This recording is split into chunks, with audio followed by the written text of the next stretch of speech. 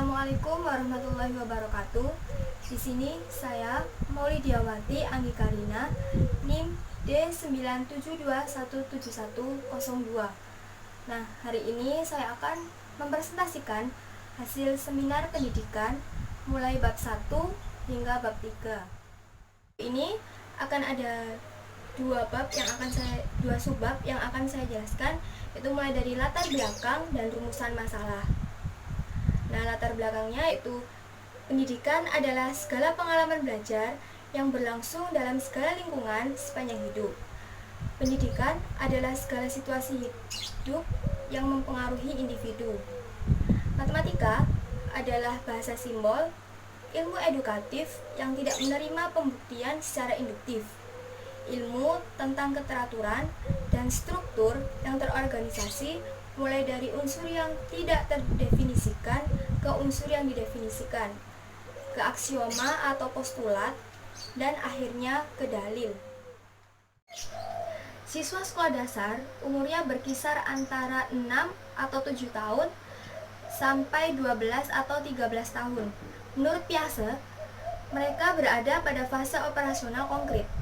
Kemampuan yang tampak pada fase ini adalah kemampuan dalam proses berpikir untuk mengoperasikan kaidah-kaidah logika, meskipun masalah terikat dengan objek yang bersifat konkret.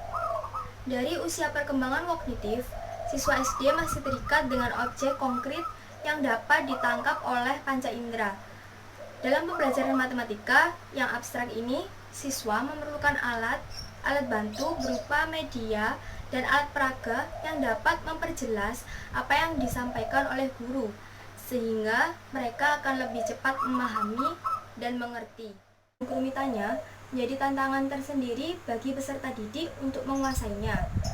Banyak peserta didik yang kesulitan dalam menyerap dan menguasai materi matematika yang diajarkan oleh guru.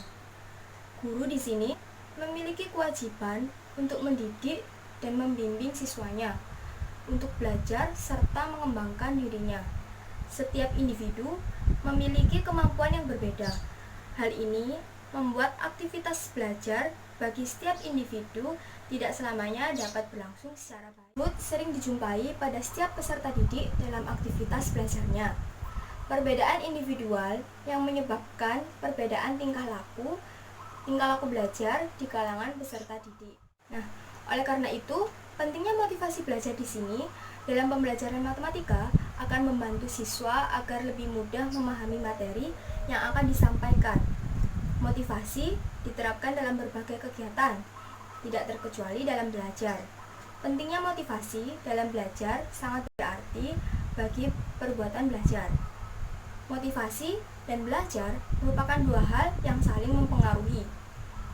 Siswa yang memiliki motivasi kuat akan memiliki energi untuk melakukan kegiatan belajar.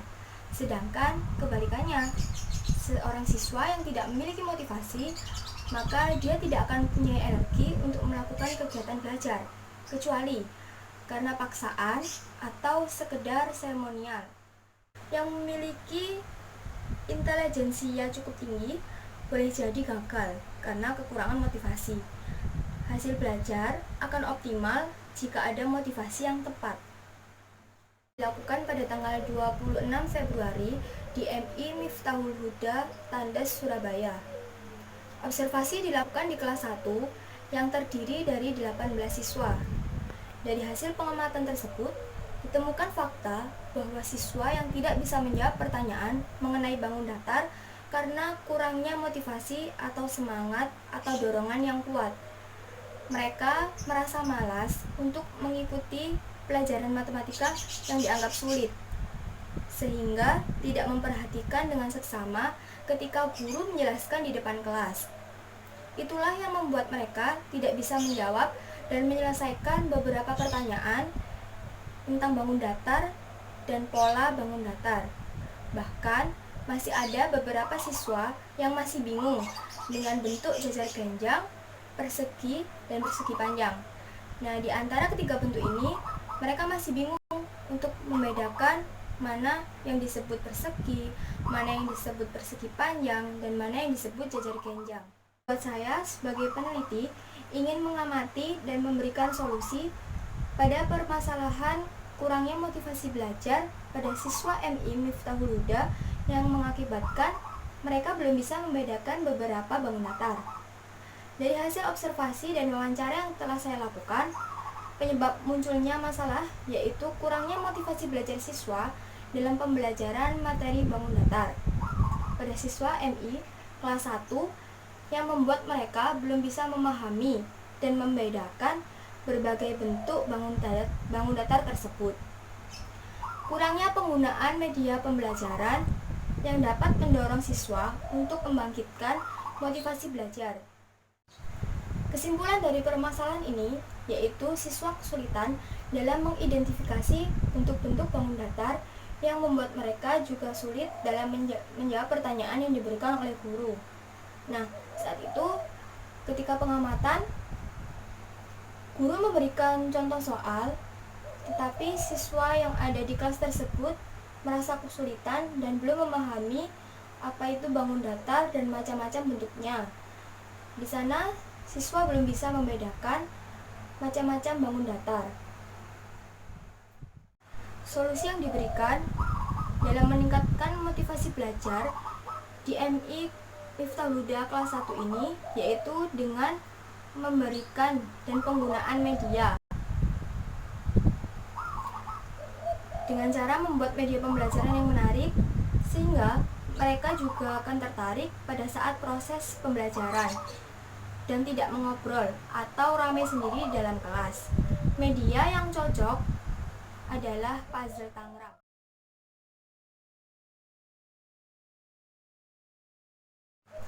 Media ini akan membantu siswa dalam mengidentifikasi berbagai macam bentuk bangun datar. Media belajar menggunakan puzzle Tangram dibuat oleh Paulus Gautama dengan merekonstruksi ulang puzzle Tangram menjadi sebuah permainan dalam pembelajaran tentang pengenalan dan pengkreasian bangun datar. Nah, selanjutnya pada bab 1 ini terdapat rumusan masalah. Rumusan masalah yang pertama yaitu bagaimana motivasi belajar dalam pembelajaran matematika bangun datar siswa kelas 1 MI Miftahul Huda Surabaya. Kemudian yang kedua yaitu bagaimana pembelajaran bangun datar dengan media puzzle Tangram untuk meningkatkan motivasi belajar siswa kelas 1 MI Miftahul Huda Surabaya. Kemudian rumusan masalah yang ketiga yaitu bagaimana peningkatan motivasi belajar materi bangun datar pada siswa kelas 1 MI Miftahul Huda Surabaya melalui media puzzle Tangram. Nah, selanjutnya pada bab 2 terdapat kajian teori. Nah, pada sebab yang pertama ada motivasi belajar yang terdiri dari pengertian motivasi belajar, fungsi motivasi, faktor-faktor yang mempengaruhi motivasi, jenis-jenis motivasi, yang kelima, strategi motivasi siswa, yang keenam, indikator motivasi belajar, dan yang terakhir yaitu upaya meningkatkan motivasi belajar. Di penelitian ini, saya menggunakan metode penelitian tindakan kelas menurut Kurt Lewin, yang di dalamnya terdapat 2 siklus. Nah, pada setiap siklusnya ada 4 tahap. Yang pertama yaitu perencana, yang kedua yaitu tindakan, yang ketiga observasi, dan yang terakhir yaitu refleksi. Nah, perencanaan atau planning di dalamnya terdapat kegiatan yaitu membuat jadwal kunjungan kelas, membuat EPP, menyiapkan media puzzle yang akan digunakan dalam kegiatan pembelajaran, kemudian menyusun lembar kerja siswa, membuat instrumen penelitian untuk guru dan siswa, dan yang terakhir yaitu tahap validasi. Kemudian tahap yang kedua yaitu tahap pelaksanaan. Setelah melakukan perencanaan, di sini peneliti akan melaksanakan tindakan yang telah dirumuskan ke dalam RPP. Nah, selanjutnya tahap yang ketiga yaitu tahap pengamatan. Pada tahap ini, peneliti mengamati dan mendokumentasi aktivitas guru serta peserta didik dalam proses pembelajaran dengan menggunakan observasi yang sudah disusun. Kemudian tahap yang terakhir yaitu tahap refleksi. Nah, setting penelitian. Di sini ada setting tempat, waktu, dan subjek penelitian. Variabel yang diteliti. Ada 3 variabel di sini. Yang pertama, variabel input, yaitu siswa kelas 1 MI Miftahul Huda Tandes Surabaya. Kemudian variabel yang kedua yaitu variabel proses menggunakan media puzzle. Kemudian terakhir yaitu variabel output yang diukur yaitu motivasi belajar siswa pada mata pelajaran matematika materi bangun datar. Nah, selanjutnya ada rencana tindakan. Seperti yang sebelumnya saya jelaskan, di sini ada 2 siklus. Siklus pertama ada 4 tahap, yaitu perencanaan, pelaksanaan, pengamatan, dan refleksi. Nah, jika pada siklus pertama belum memenuhi keinginan yang diinginkan oleh peneliti, misalkan di situ KKM-nya yaitu 75. Nah, setelah pengamatan pada siklus pertama, jika nilai peserta didik belum mencapai KKM dan justru di bawah KKM, maka akan dilakukan siklus keduanya. Nah, dalam siklus kedua ini sama tahapannya, ada 4 tahap. Jika dirasa belum sesuai dengan yang diinginkan, berarti peneliti harus melakukan siklus kedua ini. Kemudian, data dan teknik pengumpulan. Yang pertama yaitu sumber data berasal dari guru dan siswa. Kemudian teknik pengumpulan data berupa wawancara yang terdapat angket yang dilakukan kepada guru dan siswa. Kemudian ada observasi, tes, dan dokumentasi. Selanjutnya pada bab 3 ada teknik analisis data. Yang pertama, analisis data wawancara. Ini dilakukan pada guru dan siswa dengan menanyakan beberapa pertanyaan pokok pada guru dan siswa yang memiliki kesulitan dalam proses pembelajaran pada bab bangun datar ini. Kemudian yang kedua, analisis data observasi aktivitas siswa.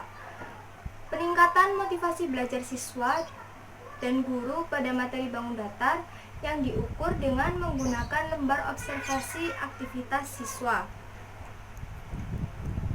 Nah, yang terakhir dalam bab 3 ini ada indikator kinerja.